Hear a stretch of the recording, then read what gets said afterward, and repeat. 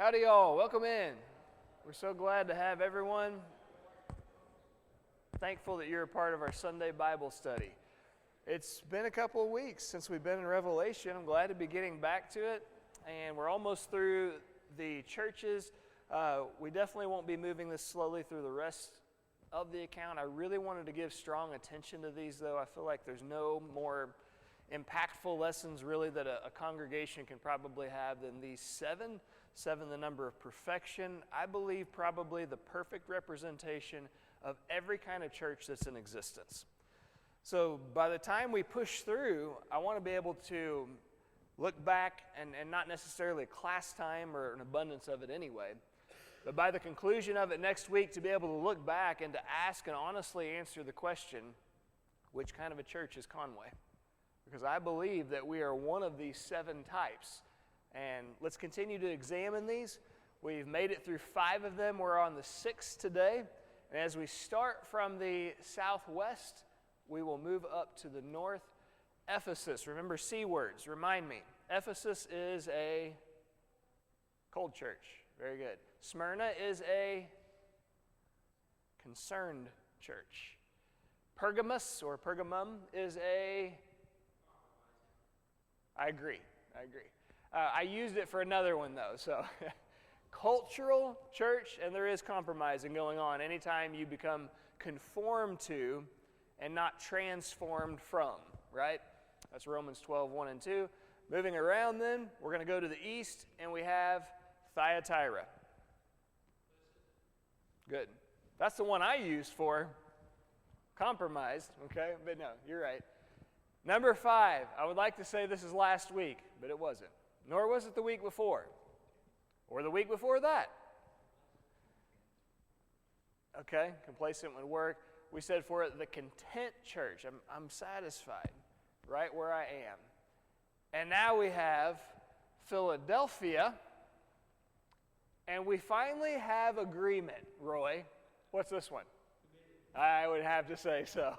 It is the committed church in Philadelphia. That's the way we say it. The Greeks would say it Philadelphia, a little different places you're going to put your accents. But we know this place today. It's just different. We have one of these in Pennsylvania, do we not? Beautiful state. I don't know as much about the city of Philadelphia. I don't believe I've been there. I've been to Pittsburgh, but... Yeah, get a chance to skip it, okay. It seems like I'd heard that in the past, but sure there's some wonderful people there, though. I love the state of Pennsylvania, though. I have spent some time there, and it reminds me so much of the Ozarks, and you have the foothills of the Appalachian Mountains. Gorgeous place. In the rural areas anyway, that's where I've spent more of my time. Yes, sir, Paul. Just a question. You mentioned that you believe to be represented in one of these. Yes, great question. So since you're asking for one of my elbows, I will give you both elbows, actually. Yes, I do believe every church in existence today is represented by at least one, and probably primarily one of these 7 churches. That's my personal opinion. I could be wrong about that, but okay.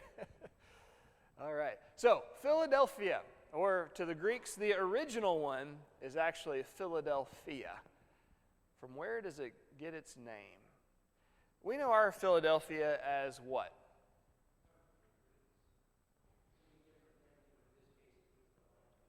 Very good. Excellent. Appreciate that etymology and the breakdown there. So as we look at it, it's actually a compound word, Philadelphia. And as was pointed out by Roy, in case you might not have heard him, two Greek words, philos, or phileo, if you're looking at the verb form of it, and that means love. And then Delphia comes from adelphos, which means brother, and so literally you have love brother. But IA at the end, if you're going to consider that as the land or the city of, putting it together, quite literally you have the city of brotherly love. And so if you wonder, well, why is it called that? That's just the meaning of the word. And it's not the original one. It comes from this Roman city, Philadelphia, and that's what we have there, meaning the city of brotherly love. Let's open up together, if you haven't already, to Revelation chapter 3. Verse 7 is where we are. We're going to cover verses 7 through 13 with, of course, a lot of add-ins today. Historically, let me give you a little bit of information here in case you haven't been digging into it. Maybe you have as well. Verse 7, to the angel of the church in Philadelphia, they would say, we say Philadelphia, write. This is a city that was founded in 140 BC. So by this point of writing, depending on whether you take the later or the earlier date of Revelation, some would say about AD 100. Personally, I lean in the direction, you know this by now, of just a little bit prior to AD 70. So if the city was founded in 140 BC, minimally we're looking at a place that is 210 years old by this juncture. Could be a little bit more, like about 250 years old. Unlike some of these other highly affluent, successful places, Philadelphia was poor. And again, that's what I hear, yeah. But back then even, this Roman city was poor and required aid from the government just to survive. It contained a volcanic and hot springs area. And as far as the volcanic area, I'll show you here at the foothill of what's called Bosdag today Mountain. There's a different name, Tmolus, I believe it was, of antiquity. But today it's called Mount Bosdag. If I said it wrong the first time, this is correct. This is so hard for me to remember. Bosdag is the name of it today. But ancient Mount Tmolus. So the volcanic activity, this still exists in this area of the world today, but it's not the kind to which we're accustomed. What typically flows out of a volcano? Lava, right? Hot, molten rock. And there's stuff that flows out of these volcanoes as well, but they're not as much lava volcanoes as they are mud volcanoes. And I'm going to show you another shot here, and you can tell here, down the mountainside, look, you pick that up in the darker shades. So just like you'll have lava flow, you can have hot mud flow that comes down this landscape, and it is still hot. It's actually coming from a volcano. You still have smoking and fire that comes up from it, but I just feel like that's really neat. We don't normally see, there is a lot of mud flow that sometimes will come from a volcano, but it's not the lava part, so it's a little bit different. So I mentioned you have this volcanic activity and some hills and mountains. If you're familiar with Turkey, you know, of course, in the Caucasus Mountains that are found there. But also, it's an area of hot springs. I didn't realize this about Turkey. And again, in a volcanic area, a lot of times you will have hot springs, the thermal energy, and all that does make a lot of sense. But I'm going to show one of these hot springs to you from Turkey. It's beautiful, isn't it? I'm going to advertise for next week. I have a lot more to show you, and I thought about this week, and I thought, no, because it pertains a little bit better, what I have reserved for that, for Laodicea in the area of Hierapolis, at least, again, of antiquity. And when I found this one, I didn't realize this existed, but I'm telling you, I didn't know there was such beauty in Turkey. Of course, there's beautiful spots all over in the world. This may be the most beautiful thing I've ever seen in my life that I have to show you next week. I was blown away by it. And when I saw this scene, I thought, this has to be man-made. I should have known better. Because I investigated a little bit more, and I found that it's completely natural. And then I realized, well, no wonder it is so beautiful. No human being could make this. It's divinely made. So you just chew on that for a week. I have something I'm going to show you, and I think you're really going to like it. It ties in so well to the conversation that we'll have when we get to that point. All right, so you have this volcanic and hot springs area in Philadelphia. It also, like many of these other locales, possessed a center of heathen worship. Like the others, there's not a whole lot that's left of it today, but I'm sure this was quite amazing back in the time. The temple of Dionysus, who is the god of wine.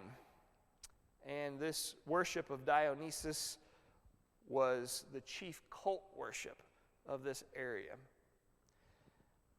I want you to think about for just a moment two things.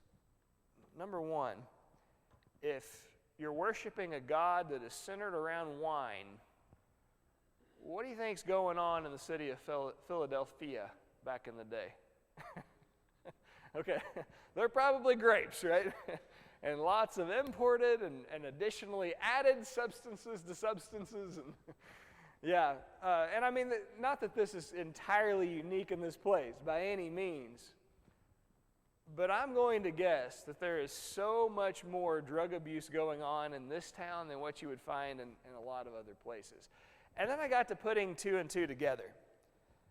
And looking into this place, I want to remind you, I found that it was extremely poor, and it required aid from the government just to survive. What do we know about places, even in our own country, that are filled with rampant drug use? The last time I checked, not from personal experience, but I know a guy. The last time I checked, mind-altering substances typically aren't cheap. And once you start on them, your body craves more and more of them. And eventually, people who start with this stuff go in a downward spiral very quickly.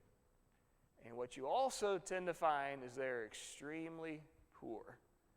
And when you become very, very poor, you need more. And you don't have any more. So where do you look to get that? Okay, neighbors. And when they get tired of helping you out, where do you look? More neighbors. And also, then we find a little bit government. Crime, very good, agreed. What can the government do? What can you do to help me out? Now, we understand there are times that government does good things and intervention and all that. But I just got to thinking about all these things. Very poor, needing aid from the government just to get by, and probably helping finding things from neighbors that maybe don't have permission to get. Probably a lot of crime. And to think about this, the center of worship in this place, the temple of Dionysus, the god of wine. I believe all of this would tie together to form a very sensible narrative. It's been said about the church in Philadelphia. Now, this is the culture. Don't forget, this is not the church necessarily that I'm describing. Of course, the geography and history, that would apply. But I'm not saying the church is engaging in this kind of lifestyle. This is just the surroundings of the people of God. It's been said about the church of Philadelphia, she is the congregation who did the best she could with what she had. She doesn't have the same economic opportunities that some of these other locations possess. All right, so let's look at our text here and start digging into it a little bit more. Verse 7, Revelation 3. And to the angel, the messenger of the church in Philadelphia, the city of brotherly love, write, these things says he who is holy. And it's interesting as Jesus presents himself to people, whether that's when he's alive on the earth or in this case once he's ascended into heaven, he commonly does so in ways that make sense and that would appeal to them. So why do you think he might present himself as someone who is holy? And of course, having in mind what holy is, set apart, different from impurity or lacking impurity, impure practices. Why might this appeal to the church in Philadelphia? Think they ever might feel alone in this life? Go ahead, Paul. Well, it certainly would make sense to be what they see around. Very good. So what are these people seeing around them? Just as a reminder, people that are given over just to a lifestyle of abusing the flesh, mind-altering substances, people who are living in poverty and depending on the government, probably in part because of that lifestyle. And what tends to go along with a lifestyle of mind-altering substances? What other kind of activity do you often find? Okay, promiscuity. You mentioned thievery. All right, these are all practices understood, and many more, I'm sure. But these are all practices that taint one's character.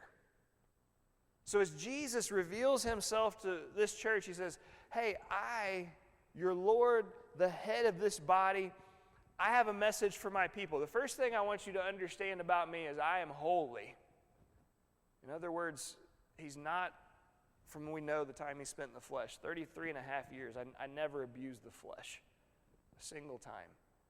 I didn't take anything that wasn't mine. I was never involved in promiscuity. I didn't send my mind to a level that would put me on a high and give in more and more to this kind of lifestyle. I'm not that type. And I'm with you, Paul. I think this has to be encouraging to these people, because we're going to find out they're giving their all to live as Jesus, their Lord. But when all you see around you on a daily basis is the opposite, it can really become discouraging. So I think the Lord is picking up their spirits a little bit, saying, hey, don't forget, the reason you're living this lifestyle isn't simply because of a code of conduct and a set of rules you're trying to follow. You're doing this because that's who I am, and you're trying to be like me. These things says he who is holy. The second one, he who is true. I don't know that that's going to fully register right now, but I ask you to hang on to that because it's going to have more meaning as we go on. So we'll skip over that, table it for just a moment here. He who has the key of David. Let's think about this. What's the relevance of possessing a key? So someone who has access of a very special kind. This isn't the first time we've seen keys in Revelation. This, don't forget, is a highly figurative writing, and a lot of these words and phrases are simply conveying concepts. I mean, do you think Jesus is literally sitting up in heaven with a tangible key in his hand? I mean, what good's that going to be for, why would he need that with all the power that he has? It's a concept that's being conveyed. Special access. Keep your spot here. Turn back to chapter 1 of Revelation.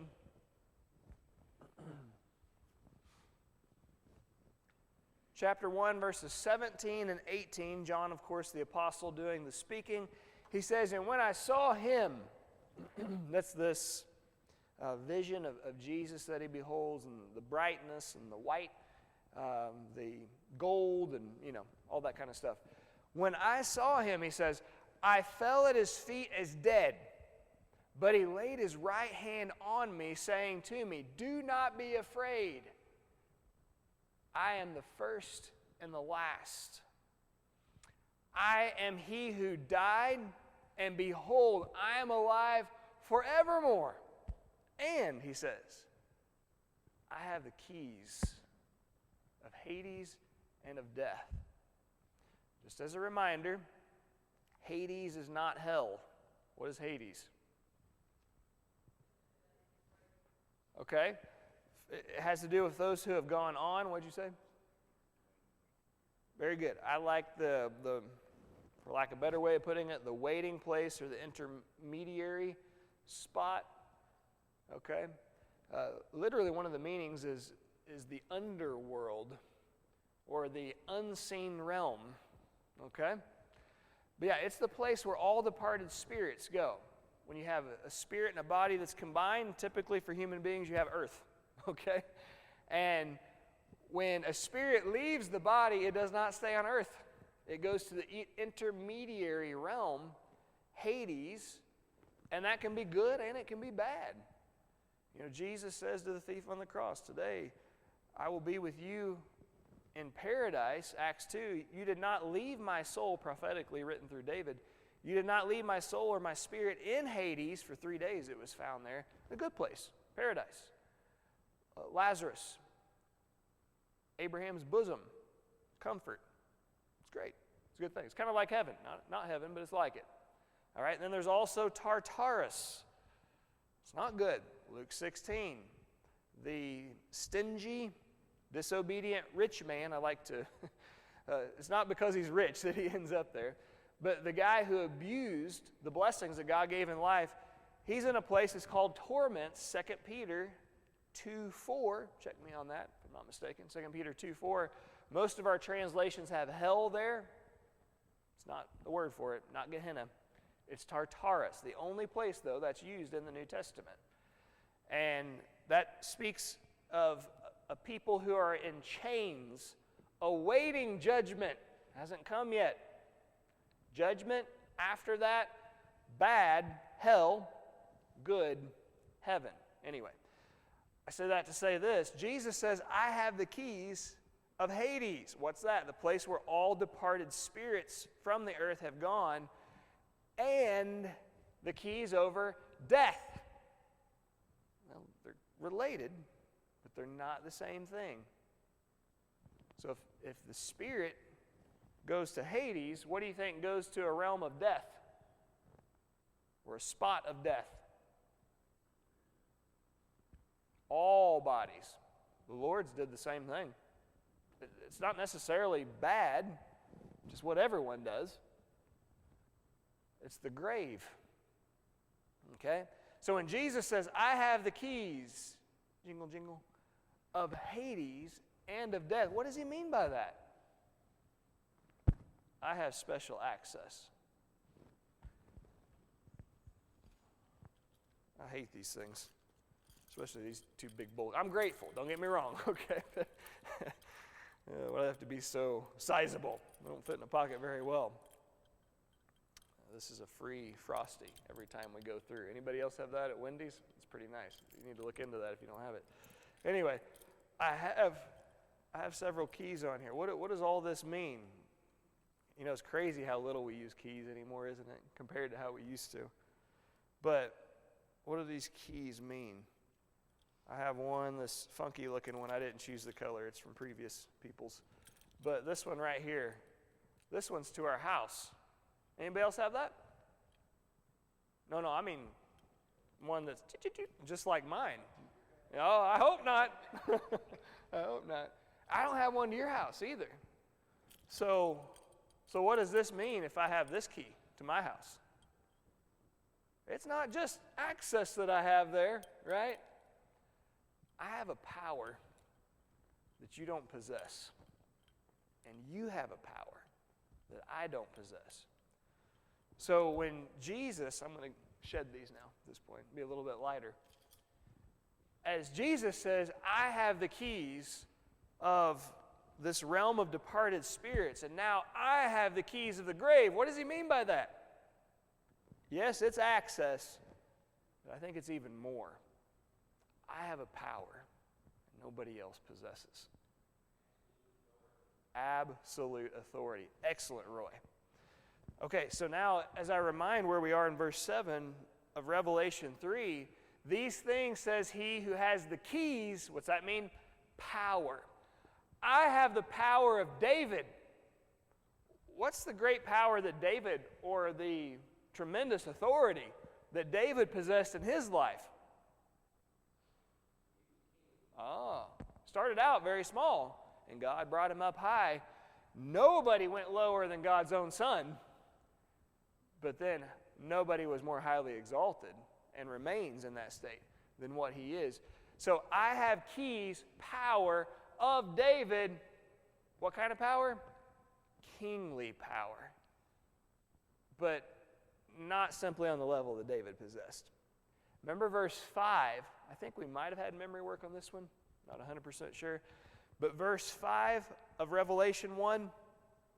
And from Jesus Christ, the faithful witness, the firstborn from the dead, showing the power that he possesses over the grave and Hades that he obtained and now has incredible benefit to us as we belong to him. Jesus Christ, the faithful witness, the firstborn from the dead, and the ruler over the kings of the earth. In fact, 3 times it's mentioned about Jesus. He's not just a king or even the king, but he's the King of kings, which is Revelation 1:5, the ruler over all of the kings there are on the earth. He who has the keys of David, or the key of David, the power of the throne, but more than any human being has ever possessed. He who opens and no one shuts, and shuts and no one opens. You ever tried to get into a place and some knucklehead's on the other side with foot against the door, or maybe you're trying to, it's a handle, that's old-fashioned, right? You're trying to turn the doorknob, is that a handle? Doorknob's what I meant. And you're trying to turn it and the other person's holding it on the other side. And if it's someone stronger than you, that's really frustrating, because then you start calling names. Because, I mean, what else can you do by that point? You start banging on, threatening to bust the door down. But you can't, because that person's stronger than you. Someone stronger than you has a door shut, hanging on to the knob, the handle, foot against the door, weight against the door. There's really nothing that you can do, which is actually a really good tactic for an intruder. I don't know if you've been through those intruder drills, something that can be done. So if Jesus is the one who opens doors and no one shuts, and shuts them so that no one can open, what does that tell you about his potential? His strength? Yeah, he's the Almighty, or the All-Powerful. I probably better not. We don't have just a lot of time here. But Jesus kind of has a history with this sort of thing. The ark. So Noah and his family, they go through and they seal off everywhere just exactly what needs to be done. And then they get inside. Who's going to take care of the door? And we're told that the Lord shut them in. He had the strength to pick up that door and close it. May as well be, which would make a lot of sense, a sealant that the Lord puts on. He seals them in. And sometimes it's thought, well, how could a person of antiquity, if there's this terrible storm and raging, how could that possibly survive and anyone for that long? I'll tell you how. When the Lord shuts the door and he wants it to be sealed, not only is there no one, but also there is no substance that can get inside. It's the perfect seal. You recall the parable of the 10 virgins? 5 are wise, 5 are foolish. And for those who are unprepared, the Lord comes at a time that they're not expecting. And this powerful statement is made, and the door was shut. And then you find them banging on the outside and yelling, hey, open this up and let us in. I'm going to guess if they had the strength, they would just open the door themselves or break it down. But there's a problem. The Lord has shut the door. And just as the Lord here in this life, Jesus says, John 10, I am the door. I want you, come on, I invite you. Come in, pass through me. And there's a time period that's open, and no one can stop that from happening if you choose, yes, that's what I want for my life because the Lord has opened that door. There's a time coming when that door is going to shut, and it will never open again. And there's no one who has the power to open up that door once the Lord shuts it. These things says he who is holy, he who is true, he who has the key of David, he who opens and no one shuts, and shuts and no one opens. Verse 8. So after we've established he's omni-righteous, all righteous, he's omnipotent or all-powerful, he says, I know your works, as in like everything about you. I'm omniscient as well. See, I have set before you an open door. No one can shut it. For you have a little strength, have kept my word, and have not denied my name. I think in the outset he's telling them, look, I know where you live, and that you're kind of in the armpit of evil right now. But I appreciate what you're doing for me. I know how hard it is. I've been in your shoes before. I get it. But I also understand that you're not giving in. And you've held fast to my name, which might not sound like a huge deal to us, but I think that's a pretty big deal. There are opportunities left and right given to the Christians who are being persecuted, threatened, Their jobs are being taken away, beaten, thrown into prison, executed in horrendous ways, beheaded, eaten by lions, dipped in wax and burned as torches or other sorts of fuel alongside to light the Roman highways at night. He says, I know what you're going through, and I realize that you've been given the opportunity saying, hey, look, you don't have to hurt like this anymore. You don't have to watch your loved ones suffer. You can have your job back. All you have to do is just say that you have nothing to do with Jesus of Nazareth anymore. And these people refused to do it. They said, no, I don't care what you do to me. I don't care what you threaten. I don't care how much you hurt my church family, my own family. He is my Lord, and I will never leave him behind. Do you have any idea what that has to mean to Jesus for people to stand up for him like that? You have kept my word. You have not denied my name. You have a little strength. I think this is an insinuation that is beginning to wear on these people. How could it not? Who wants to tell us our memory verse, though? Number 9. I almost said Romans. We're not in Romans. Revelation 3:9. Roy, go ahead, sir.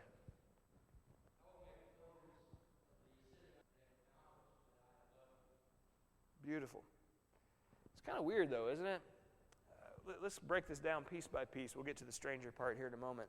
Indeed, I will make those of the synagogue of Satan, the church of Satan. That's a real thing. If I'm not mistaken, I want to say the headquarters today is it Boston, Massachusetts? It's been a little bit since I've looked at that. Well, I was thinking like the big main one. Could be. Okay. I know there are, a number of them. Gotcha. Okay, anyway, there are actually churches of Satan today. Like literally worship Satan. And I think it's back in chapter 2 I mentioned, just looking southwestern United States. And you will find that to be a very popular practice with some heinous activity. In Tennessee, even in the Midwest, it is. There's more and more of it for sure. And that sounds crazy to us. Back here, I don't think this is what we have today. I think we've progressed, unfortunately, from that point. But listen, he says, I will make those of the synagogue of Satan who say they are Jews and are not. They actually claim to be followers of God, the one true God, but in reality, they're just serving Satan in what they're doing. And this goes back to that Jewish element. Of course, the Romans are heavily persecuting Christians, but they're not the only ones. The Jews still have this strong grasp. And to me, that's another strong hint as to why we're not dealing with the time period, in my lowly opinion, of AD 70-ish. And here's why I'd suggest that. What's already happened decades ago by AD 100? I said 70, sorry. 100 is what I meant. Not AD 100-ish. AD 70 is when the Jewish state is shattered, loses its power.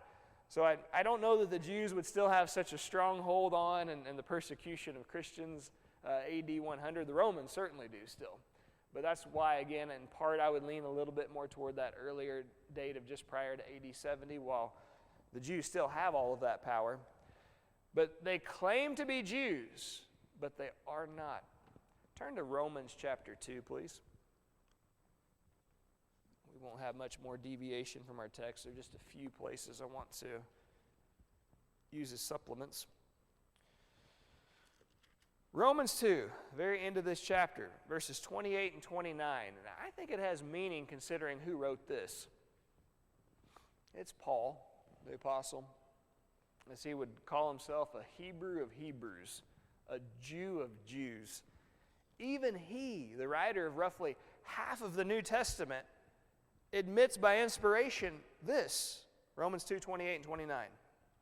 For no one is a Jew who is merely or only one outwardly, or who simply goes through Jewish rituals, nor is circumcision any longer outward and physical. The relevance of circumcision from this point forward isn't about a male having gone through the medical procedure. That's not God's interest. Verse 29, but a Jew is one inwardly, and circumcision has become a matter of the heart by the Spirit, not by the letter. His praise is not from man, but from God. And I've mentioned this to you before, but the word Jew means praise. And when he says his praise is not from man but from God, it's a play on words. He's saying his Jew or his Jewry is not from man but from God. Now, there are plenty of other places that we could look. I don't want to deviate too much into that, but I think this is a helpful conversation when it comes up, who are God's people today? And what about if we don't treat those who are fleshly Jews the right way? I'm not by any means advocating mistreating anyone, just as a disclaimer, including Jews.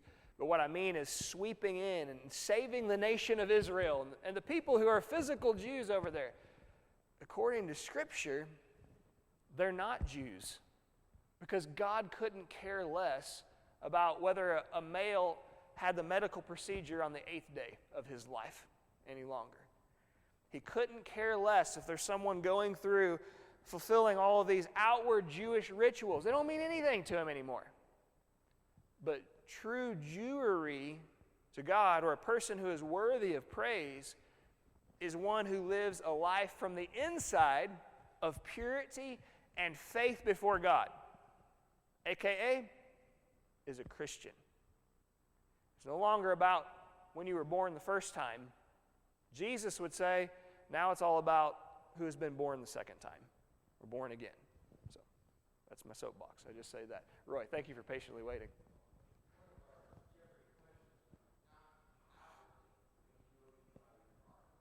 Very good. And I'm glad you bring that up from the Old Testament, because I believe you can make the case that really that's what God was into all along. and it was misplayed by the Jewish nation, because remember their excuse when God would tell them about how things need to change from the inside out? Immediately they would object. Oh, we're Abraham's kids. We don't have to do anything like that. Because on the outside, on the 8th day, our males went through the medical procedure, and we follow the Jewish rituals on the outside all through the year. It was never what God desired. And so thank you for tying that in, Roy. All right, so finishing this up, our memory verse. Indeed, I will make those of the synagogue of Satan who say they are Jews and are not, but lie. Okay, does that make more sense when Jesus first identifies himself as these things says he who is true, or who speaks and lives truth? They're surrounded by people even who claim to be followers of the true God, the one who is truth. Remember Jesus, I am the truth in addition to the way and the life, John 14:6. Those who claim to be followers of the true one, but are liars, and that's frustrating. But they're not defiling themselves with the lies that they see around them. So Jesus says, hey, I am he who is true. You're doing a good job. Keep it up. I know it's tough when all you see on the outside is the opposite, but for this outside, see me for who I am in truth. Indeed, I will make these who lie claim to be Jews, but they're really not worthy of praise in their lives. I will make them come and worship before your feet. That sounds blasphemous, doesn't it?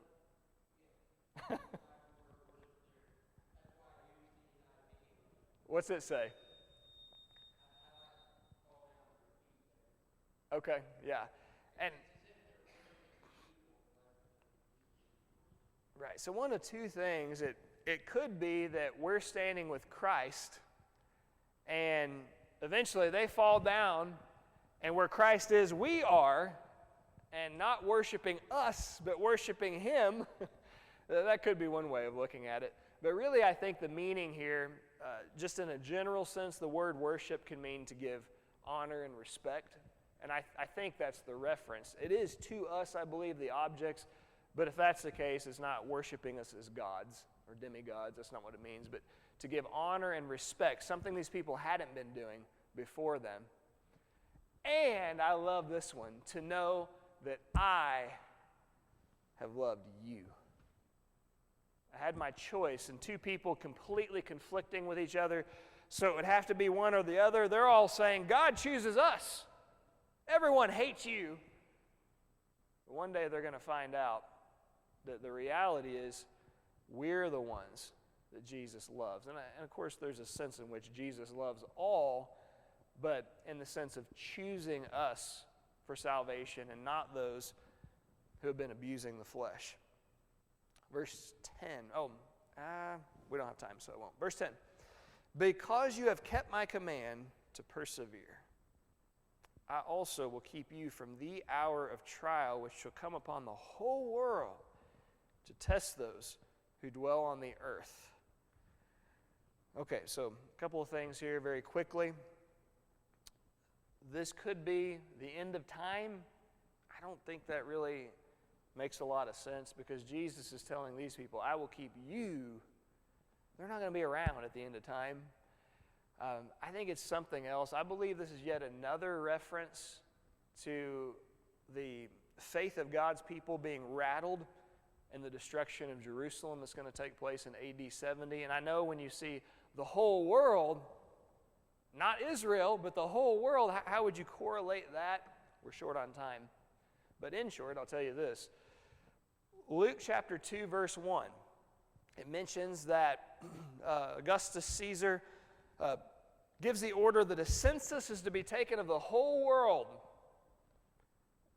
Do you think he's taking a census of the Americas and Australia and Eastern Asia?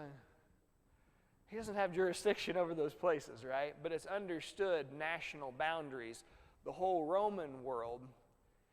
And I think personally that's the reference probably here, that it's the whole world, as in the whole nation or national boundaries of God's people, or those who had served that for some time, Israel. And Jesus foretold that this tribulation would be unlike anything the world had ever experienced or ever would experience moving forward. So the certain terrible hour of trial, I believe personally, is a reference to the pending doom that's coming on Jerusalem. Of course, it could be some other possibilities as well, depending on the time frame that you would interpret Revelation to have been written. Verse 11, Jesus says, Behold, I am coming quickly, suddenly, rapidly. Hold fast what you have, that no one may take your crown. There are a lot of things that could be taken from these Christians. Their health, their blessings, their jobs, potentially their lives. But the crown could never be taken from them if they were to receive this. Time out here. Who gives the crown again? Paul says, Paul says, which the Lord, the righteous judge, will give to me, referring to that crown on that day. 2 Timothy 4:8. Remember who Jesus is? He who opens and no one shuts, and shuts and no one opens. Let's apply that a little further. What if Jesus gives me something? How about he who gives and no one takes away? If Jesus is the one who's given it to us. Hold fast what you have, that no one may take your crown. Verse 12, he who overcomes, I will make him a pillar in the temple of my God. There are some pillars that are somewhat standing from this old temple. My guess is they've probably been rebuilt and refortified along the years. I may be wrong about that, but 2,000 years later, I doubt that this much, even of itself, is still standing. They're used to seeing these temples, or these pillars, in the temple of Dionysus, the god of wine. And over time, these pillars, in the temple itself crumbles. But he who overcomes, I will make him a pillar in the temple of my God, a pillar that shall never fall, and he shall go out no more. I will write on him the name of my God and the name of the city of my God, the New Jerusalem, which comes down out of heaven from God. And I will write on him my new name. We've had some discussion about that before, so we won't rehash that here. Verse 13, he who has an ear, let him hear what the Spirit says to the churches. This week, contrasted with next, we've had a case of the haves and the have-nots. In the church of Philadelphia, it's the have-nots. But I find it fascinating that in reality, they have everything, even though they have not in this life. Next week, our final of the 7 churches to complete this 7 perfect loop, we're going to have a church that are the haves. But I'm curious, what does that mean for them? Or does it have any connection for the next life? Please, if you will, read verses 14 through the end of the chapter 22. We're going to commit to memory verse 17, Revelation 3:17, and we'll use this passage to discuss the case of the haves. That's all I have, though, for today. Any final remark you want to share before we take a little break? Okay, thank you. Look forward to closing up the 7 churches next week.